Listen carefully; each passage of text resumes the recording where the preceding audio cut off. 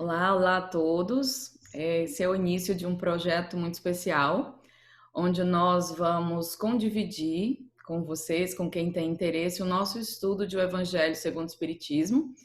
Então, como essa iniciativa começa hoje, nós vamos começar do princípiozinho do Evangelho, e aí nós podemos seguir essa trajetória até o final, vendo todas as maravilhas que nós podemos aprender para transformar nossa vida nesse estudo. Então, iniciamos com a nossa prece, fechamos os nossos olhos, fazemos um respiro profundo, para ir liberando todas as tensões do dia ou da noite, se for pela manhã, e deixamos nos conectar com o Divino, com o Mestre Jesus, com o nosso guia espiritual, com o nosso anjo, que ele nos leve à reflexão mais profunda que poderemos no dia de hoje. Que esse estudo no dia de hoje possa nos trazer bem-estar, sabedoria, ampliar nossa consciência, acalmar os nossos corações. E damos também o bem-vindo a todos os espíritos que estão aqui, encarnados e desencarnados, a todas as pessoas que vierem assistir este vídeo, que sejam sempre abençoadas. E que o Evangelho também toque seus corações, se Deus quiser. Muito obrigada. E iniciamos o nosso estudo no Evangelho do Lar de hoje. Que assim seja. Seguimos então com a mensagem de hoje, que nada mais é do que o prefácio do Evangelho segundo o Espiritismo, que é a primeira mensagem do livro, que é uma mensagem do Espírito de Verdade. E diz assim: os Espíritos do Senhor, que são as virtudes dos céus, como um imenso exército que se movimenta desde que dele recebeu a ordem, espalham-se sobre toda a superfície da terra, semelhantes às estrelas que caem do céu. Vêm iluminar o caminho e abrir os olhos aos cegos. Eu vos digo, em verdade, os tempos são chegados em que todas as coisas devem ser restabelecidas em seu sentido verdadeiro, para dissipar as trevas, confundir os orgulhosos e glorificar os justos. As grandes vozes do céu ressoam como o som da trombeta, e os coros dos anjos se reúnem. Homens, nós vos convidamos ao divino concerto, que vossas mãos tomem a lira, que vossas vozes se unam, e que num hino sagrado se estendam e vibrem de uma extremidade do universo à outra. Homens, irmãos a quem amamos, estamos juntos de vós. Amai-vos também uns aos outros, e dizei do fundo do vosso coração, em fazendo as vontades do Pai, que está no céu: Senhor, Senhor, e podereis entrar no reino dos céus. O Espírito da Verdade.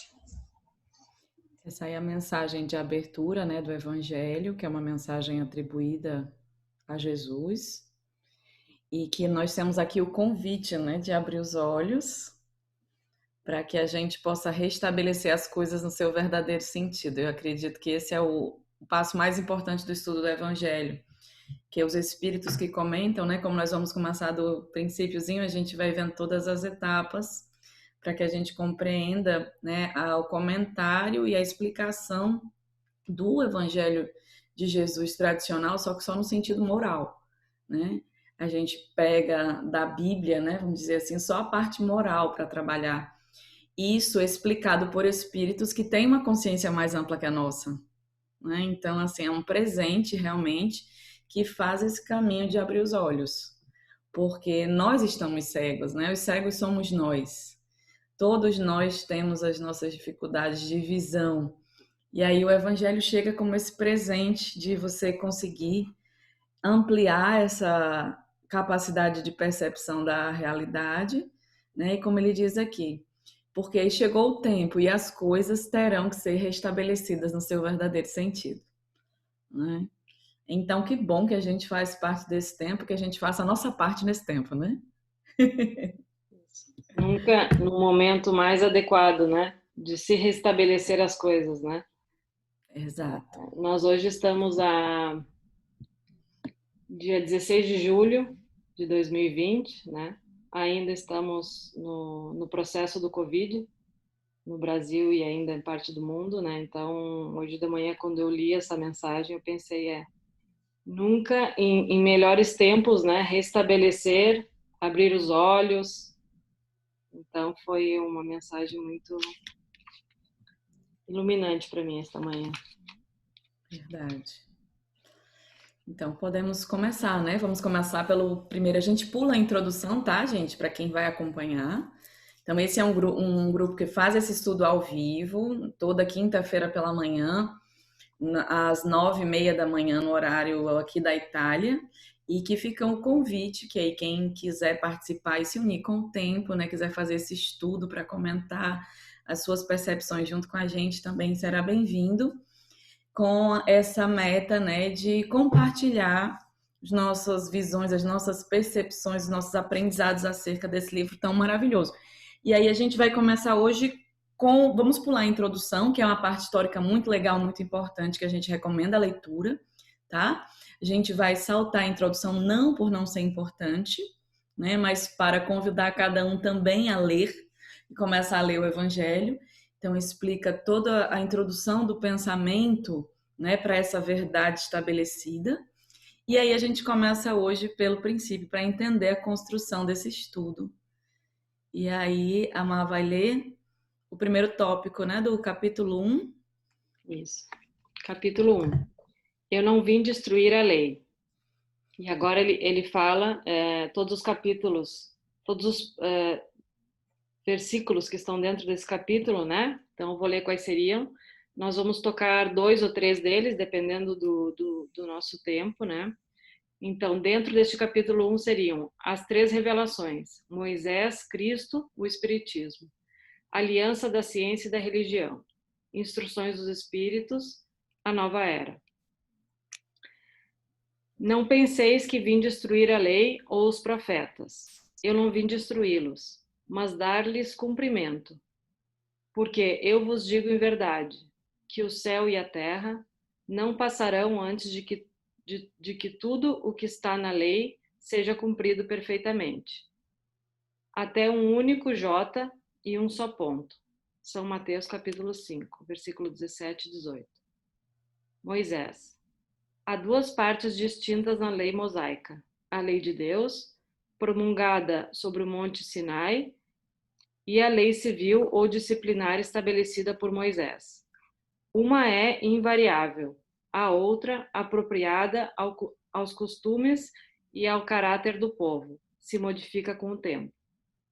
A lei de Deus está formulada nos 10 mandamentos seguintes.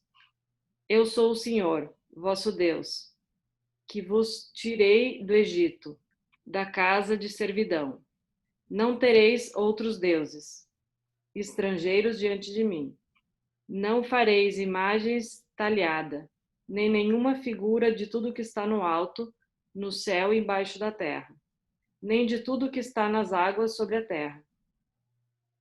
Não os adorareis, neles tendereis culto soberano. 2. Não tomeis em vão o nome do Senhor vosso Deus. 3.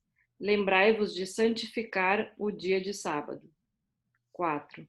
Honrai o vosso pai e vossa mãe, a fim de viverdes longo tempo na terra, que o Senhor vosso Deus vos dará. 5. Não matareis. 6. Não cometereis adultério. 7. Não furtareis. 8. Não prestareis falso testemunho contra o vosso próximo. 9. Não desejareis a mulher do vosso próximo. 10. Não desejareis a casa do vosso próximo, nem seu servidor, nem sua serva, nem seu boi, nem seu asno, nem nenhuma de todas as coisas que lhe pertencem. Esta lei é de todos os tempos e de todos os países e tem por isso mesmo um caráter divino.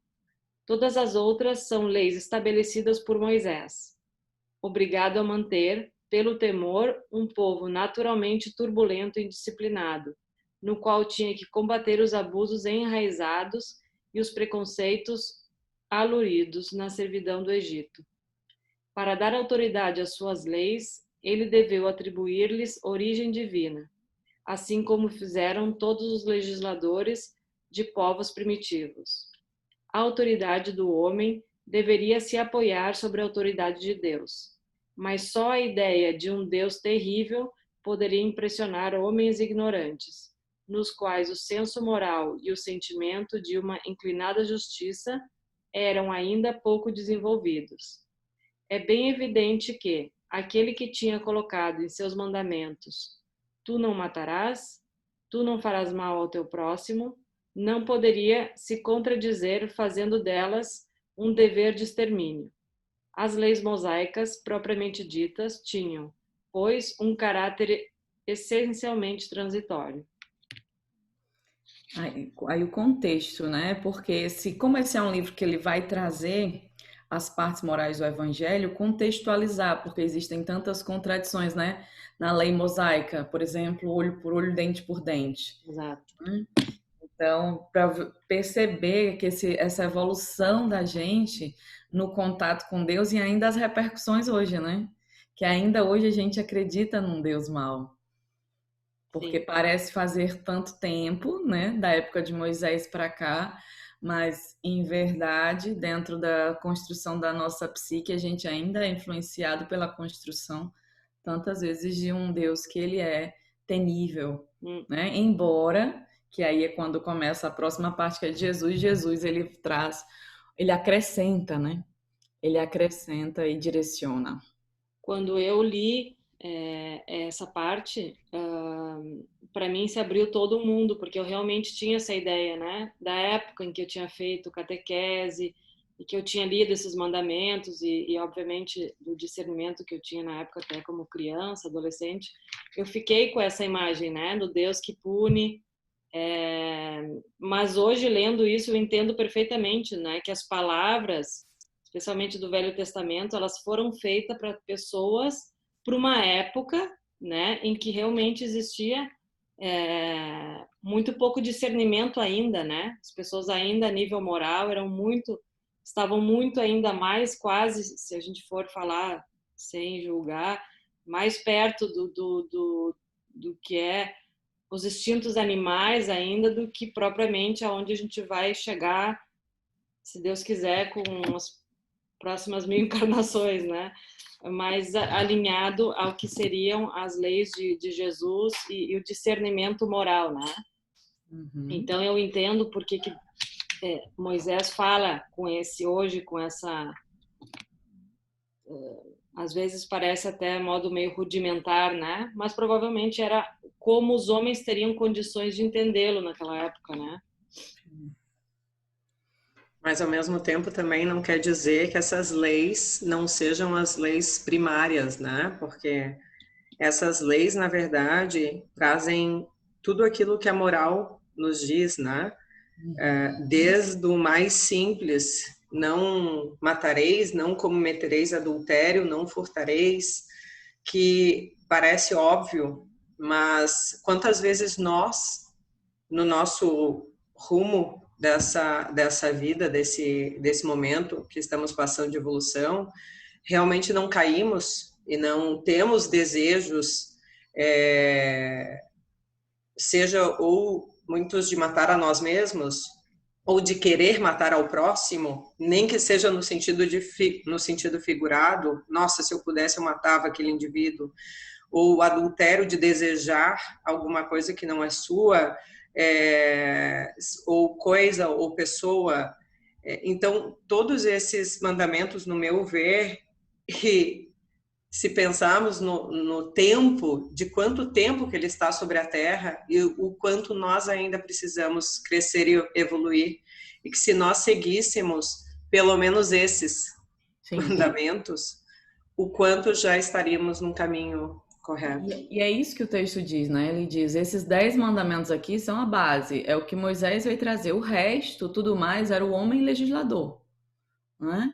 Até porque, se a gente for pesquisar, por exemplo, a forma com que esses 10 mandamentos chegaram a Moisés, eles chegaram como uma escrita direta dos espíritos, né? Sobre a tábua, eles começam a surgir aquilo ali. Então, ou seja, é um presente que chega dos céus, né? Ou seja, são diretrizes divinas que, como a Ká disse, ainda estão apontando para aquelas nossas tendências interiores, né? De inveja, de cobiça, enfim, de todas essas questões interiores da nossa sombra que ficam tão bem detalhadas aí, como a coisa do não matareis, né? Então, você olha, muitas vezes a gente está ali, né, vizinho ou praticando tudo aquilo ali durante a nossa existência e a gente não vê. Então, são diretrizes morais, né? Diretrizes morais que, vamos dizer, auxiliam na percepção da nossa sombra. Um belo resumo dos céus para a gente mapear a sombra, não é? E é importante só dizer a sombra, né, para quem não conhece, que é realmente tudo aquilo que a gente coloca na caixinha, que a gente não quer ver, que todos nós temos, né?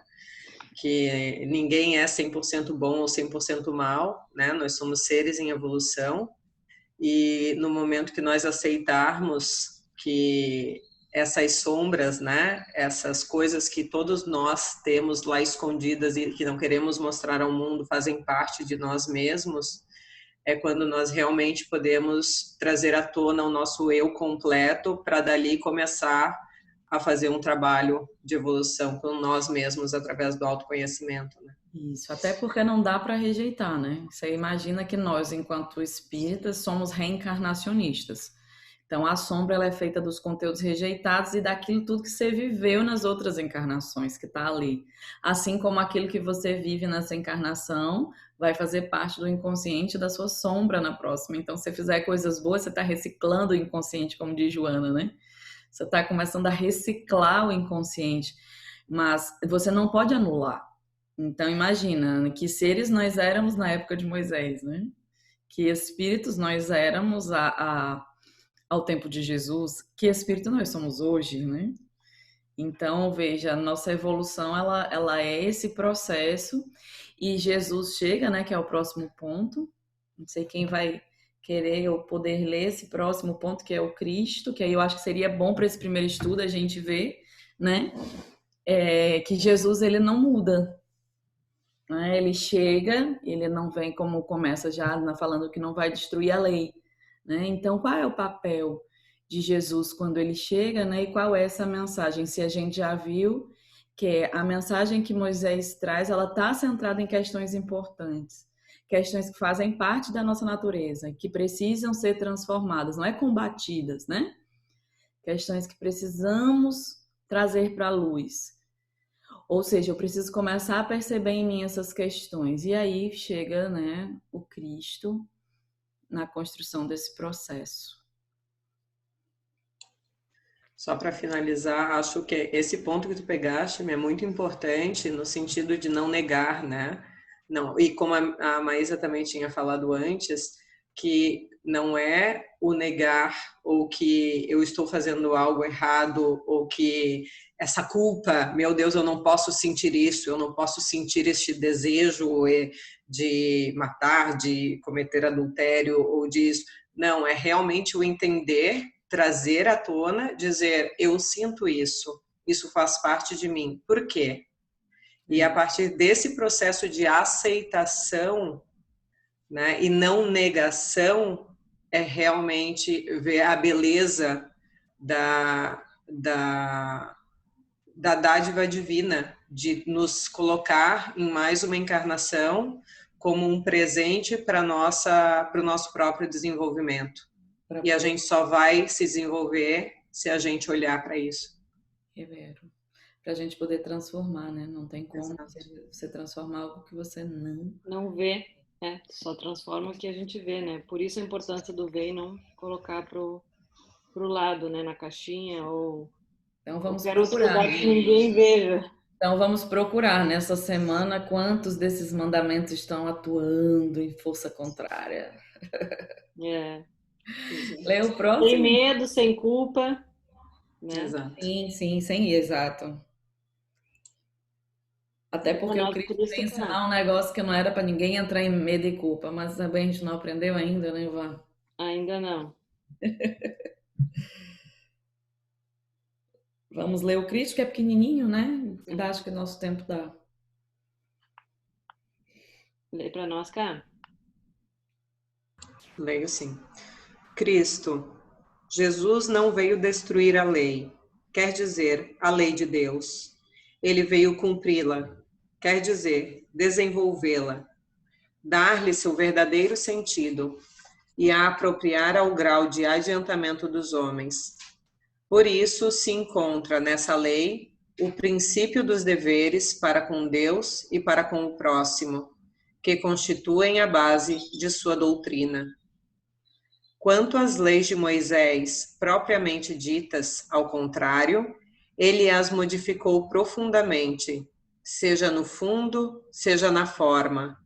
Combateu constantemente o abuso das práticas exteriores e as falsas interpretações, e não as poderia fazer sofrer uma reforma mais radical do que as reduzindo a estas palavras: amar a Deus acima de todas as coisas e a seu próximo como a si mesmo, e dizendo: está aí a lei, toda a lei e os profetas. Por estas palavras, o céu e a terra não passarão antes que tudo seja cumprido até um único jota. Jesus quis dizer que seria preciso que a lei de Deus recebesse seu cumprimento, quer dizer, fosse praticada sobre toda a terra, em toda a sua pureza, com todos os seus desenvolvimentos e todas as suas consequências. Porque de que serviria ter estabelecido essa lei, se ela devesse permanecer o privilégio de alguns homens ou mesmo de um único povo? Todos os homens, sendo filho de Deus, são, sem distinção, o objeto da mesma solicitude. Mas o papel de Jesus não foi simplesmente o de um legislador moralista, sem outra autoridade que a sua palavra. Ele veio cumprir as profecias que haviam anunciado sua vinda. Sua autoridade decorria da natureza excepcional do seu espírito e de sua missão divina. Veio ensinar aos homens que a verdadeira vida não está sobre a terra, mas no reino dos céus. Ensinar-lhes o caminho que para lá conduz, os meios de se reconciliar com Deus e os prevenir sobre a marcha das coisas futuras para o cumprimento dos destinos humanos. Entretanto, não disse tudo, e sobre muitos pontos se limitou a depositar o germe de verdades que ele próprio declara não poderem ser ainda compreendidas.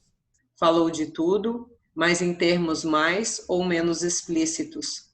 Para compreender o sentido oculto de certas palavras, seria preciso que novas ideias e novos conhecimentos viessem lhes dar a chave.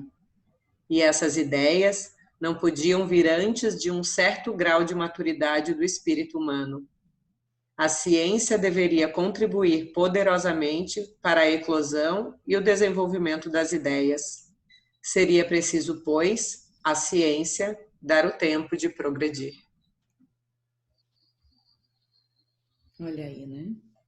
Passados alguns milênios, a humanidade tinha progredido um pouquinho, e aí era possível, né, necessário chegar a essa nova mensagem, né, mais adequada para a necessidade de transformação moral, né? Acho que por isso que tudo que se vê em Jesus é essa autoridade moral, né? Para aquilo que a gente desconhece ainda hoje, que a gente acha tão difícil de fazer, mas que o espírito dele já tinha construído. Então é por isso que ele é o modelo e o guia, né?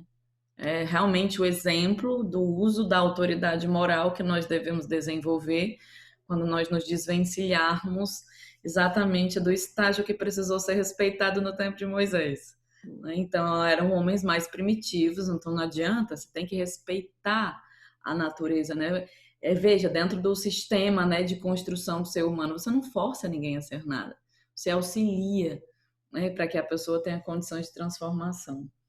E aí esse papel de Jesus, ele é muito importante para que a gente entenda, né, o próximo tópico que vai ser a chegada do Espiritismo, porque Jesus já tinha deixado essa promessa, né? Que há um novo tempo, quando a gente tivesse, né, mais alguns milênios avante, a gente já teria um pouquinho mais de consciência, né? E aí a gente precisaria dessas vozes dos céus, né, que o Espírito da Verdade diz lá no comecinho da mensagem que a gente leu. Então, seja toda uma preparação, todo um cuidado para que no tempo certo, né, e o Espiritismo tão jovem, pouco mais de 160 anos, né, somos bebezinhos ainda nessa ciência, e ele diz assim, a necessidade da ciência, né, que é o próprio Kardec disse, se a algum ponto, um dia, a ciência contradizer, né, o espiritismo, se a ciência for num caminho, o espiritismo no outro, sigam a ciência, porque o espiritismo vai ter se desvirtuado. Então, veja, é a autoridade de alguém que fala nesse sentido, né? Ou seja, essa é a verdade. A ciência, ela converte sempre para a verdade. Então, eu não temo. Venha o que vier, pode acompanhar o que a ciência vai desenvolver, porque a ciência não faz nada mais que comprovar a verdade, né? Através das suas formas, das suas fórmulas. Então, é uma segurança muito grande, né? Que a gente tem o privilégio de ter. Quando a gente aprendeu já, e a gente já aprendeu, Jesus veio resumir, né? Eram 10 mandamentos. Aí ele resume só para um. Ele resumiu só para um. Amar a Deus sobre todas as coisas, ao próximo como a si mesmo, eis aqui todas as leis e os profetas. Tome, agora, faz o quê? Se só isso fosse cumprido, todas as nossas questões já teriam sido resolvidas, né? Mas é porque se você tiver isso, as 10 leis dos 10 mandamentos, Já você não foram erra, cumpridas. não tem problema, né?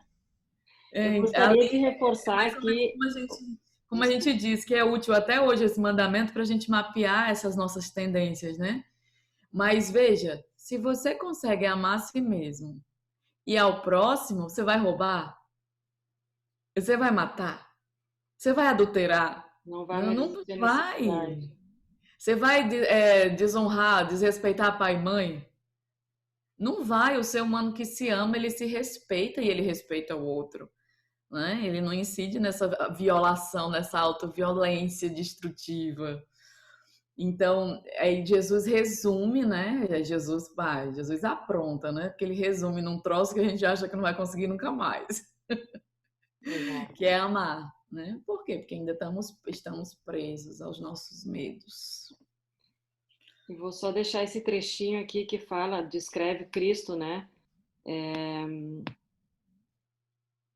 Ele veio cumprir as profecias que haviam anunciado sua vinda. Sua autoridade decorria da natureza excepcional do seu espírito, ou seja, ele era assim, né? Sim. Ele já veio preparado para ensinar, ele realmente sentia tudo isso, né? Ele não era uma máscara que ele colocava para nos ensinar, né? Veio ensinar aos homens que a verdadeira vida não está sobre a terra, mas sobre o reino dos céus. Ensinar-lhes o caminho que para lá conduz, os meios de reconciliar-se com Deus. Então, é só isso, em realidade, para onde nós deveríamos caminhar, né? Estamos caminhando, né? Eu acho bom que é quando os espíritos dizem são chegados os tempos, agora o vai o racha, né? Porque tem um tempo a seguir, né? E nós hoje temos a inteligência trabalhada, precisamos trabalhar esse egoísmo, né? Esse ego adoecido, para que ele possa converger para onde vai converger a Terra. Nós não temos o poder que nós achamos que temos, nem mesmo para fazer com que a gente permaneça em retardo, né? Então, quem não conseguir, obviamente, que não estará aqui para atrasar o progresso dos demais. Não estará, né? São chegados os tempos, nós estamos em transformação. E essa transformação vai depender do nosso empenho. Jesus tinha essa autoridade moral, né? O espírito governador do planeta, né? Então, dentre os espíritos crísticos, é aquele que tem a responsabilidade sobre a Terra desde seu primeiro segundo. Então, o cara encarna, pelo encarnar deve ter sido uma onda, né? Imagina o espírito da energia já, né? Eu não quero. Eu sei que tem palestrantes que falam, tem livros que falam, mas eu não vou usar dizer, mas foi um preparo de muito tempo para ele poder vir para a roupagem física. Mas com a certeza desse amor, né? Porque quanto mais a gente evolui moralmente, mais a gente perde o medo e entra na capacidade de amar. Né? A gente sai do medo. Veja, tudo de Jesus é confiança, né? Tudo. Confiança de si mesmo perante o afronto das autoridades da época e a ignorância, confiança daquilo que cria, confiança com os apóstolos que não entendiam, né? Então o tempo todo é confiança para ir para a morte, né? Confiança para enfrentar o sofrimento, confiança para não julgar. Veja, então a força moral amparada numa serenidade que fala no capítulo 1 de Jesus e a atualidade do primeiro livro de Joana de Ângeles, né? Não tem como não botar a Joana no meio de tudo. Então, mas lá ele fala justamente, o primeiro capítulo se chama Jesus e Desafios. E é a serenidade de Jesus, que é o que nós precisamos construir na nossa vida, ao enfrentar os desafios. Mas, obviamente, que como a Má falou, um espírito muito já mais adiantado moralmente. Mas como é exemplo, né, modelo, claro que dentro das nossas provas que não são a dele, a gente pode, né? Claro que a gente pode incorporar isso na nossa vida. A gente vai adquirindo, né? Com o nosso esforço, claro, cada encarnação a gente vai adquirindo um pouquinho dessa perfeccionamento moral, né? Mas veja Jesus, o que Jesus fazia? O cara, ele tinha, quando você vê Jesus e a atualidade, você vê que Joana explica essa capacidade. Ele lia o inconsciente de todo mundo. Então, ele penetra no inconsciente, se a gente for, né, pensar, ele penetra, então ele vê a verdade. Se ele vê a verdade, por que diz conhecereis a verdade vos libertará? O cara é a verdade, né? Tanto que agora é o espírito da verdade. Então, ele é portador da verdade. Por que ele não ia ter serenidade se ele sabia que a morte não existia? Não é que ele sabia no sentido de sentir, né? Eu sei que essa dor do meu corpo, ela é completamente passageira e se é necessária, né, Pai, que seja feita a sua vontade, né? Se for possível, livrai-me desse, né? Tira de mim esse cálice, né? Mas se não, que seja feita a sua vontade. Né? Podemos usar esta mesma frase, conhecereis a verdade e ela vos libertará, para as nossas próprias questões, porque esse é o começo da nossa jornada, né?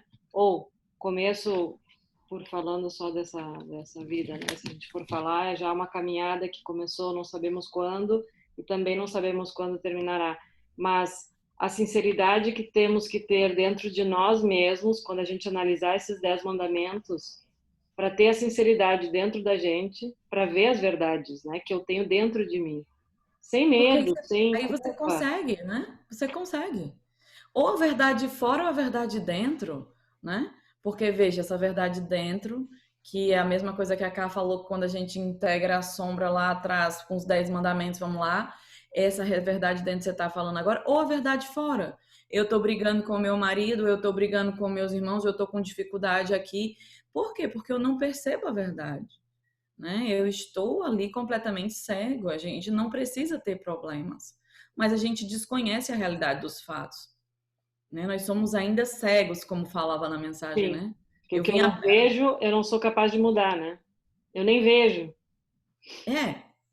Como, né? Então, é um trabalho que nós somos convidados a fazer, né? E que Jesus traz a essência moral, né? A postura moral, né?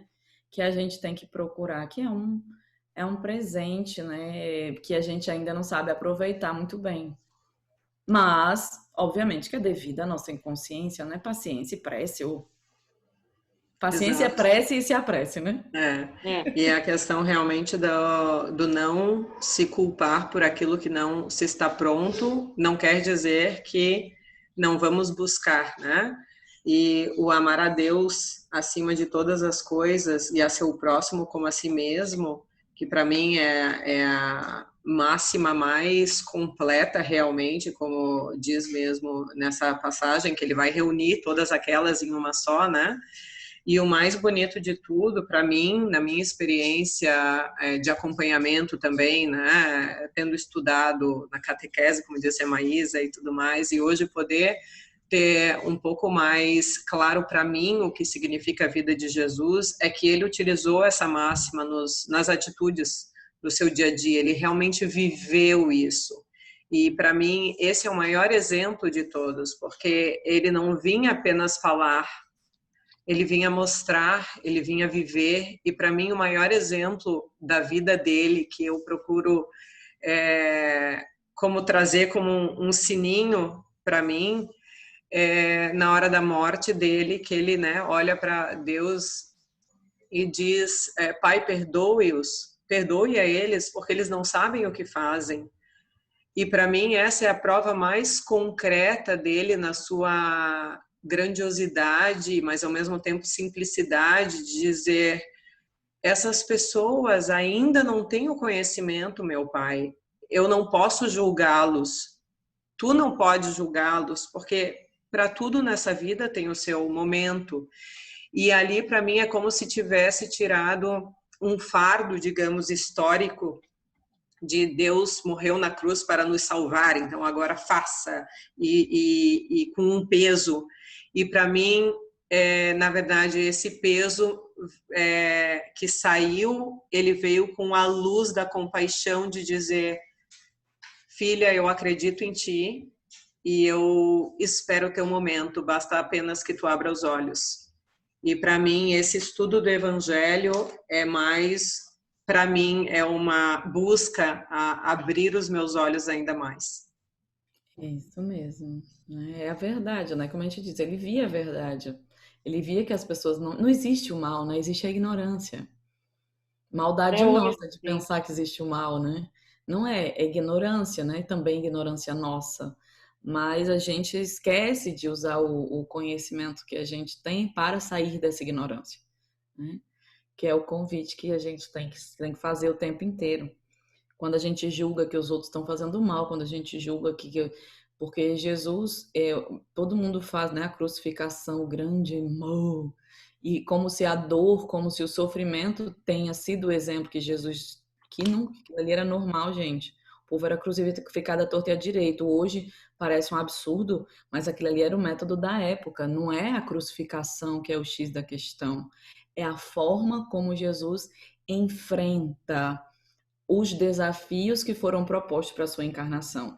E a pergunta é: quais são as formas como nós enfrentamos os desafios que são propostos à nossa encarnação? Com a mesma serenidade? Com a mesma consciência? Não, ainda não. Mas lembremos que nossos desafios não são os de Jesus, não, tá? São os nossos. E cada um é dado conforme as suas forças.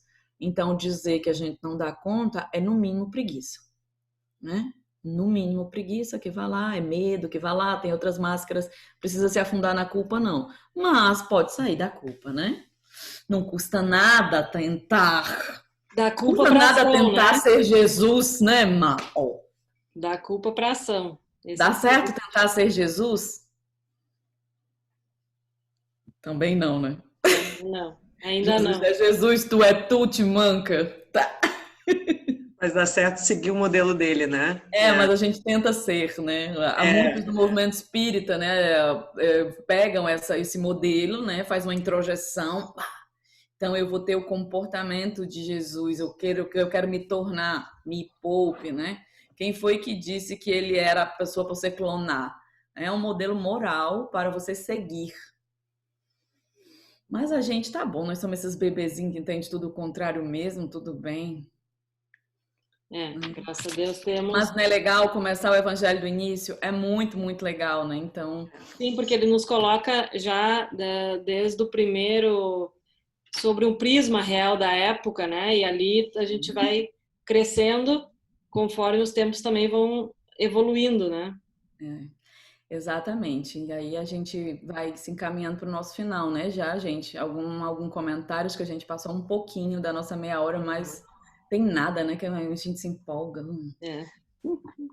E eu acredito, sabe que eu lembrei que a gente pode, vamos hoje deixar um pouquinho a mais, se vocês toparem, vamos pegar água e deixar no vídeo um exercício de mentalização de fluidificação da água, que aí quem for depois, né, conhecendo ou vendo vai ter esse caminho. Vamos fazer? Eu não tenho aqui, mas eu posso pegar. Ou podemos encerrar o Evangelho agora e fazer um outro vídeo para fluidificação? Ok, a gente pode fazer, mas deixar, né, que é importante que você pode, quando faz o Evangelho no Lar, né, já que esse é um Evangelho no Lar que nós estamos fazendo virtual, porque nós estamos em cidades diferentes, né, e quem está na mesma cidade também está distante, mas na hora que nós estamos fazendo o Evangelho no Lar, a gente pode, né, lembrar que a gente pode, então no próximo a gente faz, no finalzinho. Exato. A gente pode deixar a água, né? E através das nossas vibrações facultar que essa água possa tornar-se, né, um elemento de contribuição para o nosso equilíbrio, né? Que aí a água fluidificada é um dos elementos que pode fazer parte do seu evangelho, que é muito importante. E aí a gente deixa, quando a gente, que legal, a gente deixa quando for falar do espiritismo, que é o próximo. Isso. Daí na oração de introdução a gente já comenta isso também. Combinado. Vamos então encerrar hoje. Então, vamos fechar os olhos, vamos agradecendo pelo momento que passamos juntos, por esses minutos que nós nos desconectamos da nossa rotina, da loucura do dia a dia, para nos conectarmos com a palavra de Jesus, conectarmos com o nosso verdadeiro eu e podermos dar ouvidos para aquilo que nos ressoa, aquilo que é nosso, agradecendo todos os comentários que foram feitos hoje, todas as indicações dos nossos mentores, dos nossos guias, para que esse estudo pudesse ser o mais belo, o mais tranquilo, o mais frutificante para todos os corações que estão ouvindo e que essas palavras possam nos atingir não apenas na mente, mas no coração, no fundo da nossa alma, para que sentindo-as, nós as possamos colocar em ações, em atitudes do dia a dia, tendo como a máxima de Cristo a nossa busca para uma melhora, para uma transformação eficaz, amando a Deus sobre todas as coisas e ao próximo como a si mesmo. E com gratidão nos nossos corações, nós pedimos então a bênção dos nossos guias, dos nossos protetores, para mais uma semana, para mais um dia, para mais uma semana. E assim pedimos também autorização para encerrarmos o Evangelho de hoje. E que assim seja. Que assim seja. Que assim seja. Obrigada. Até o próximo. Obrigada a todos. Gratidão. Gratidão.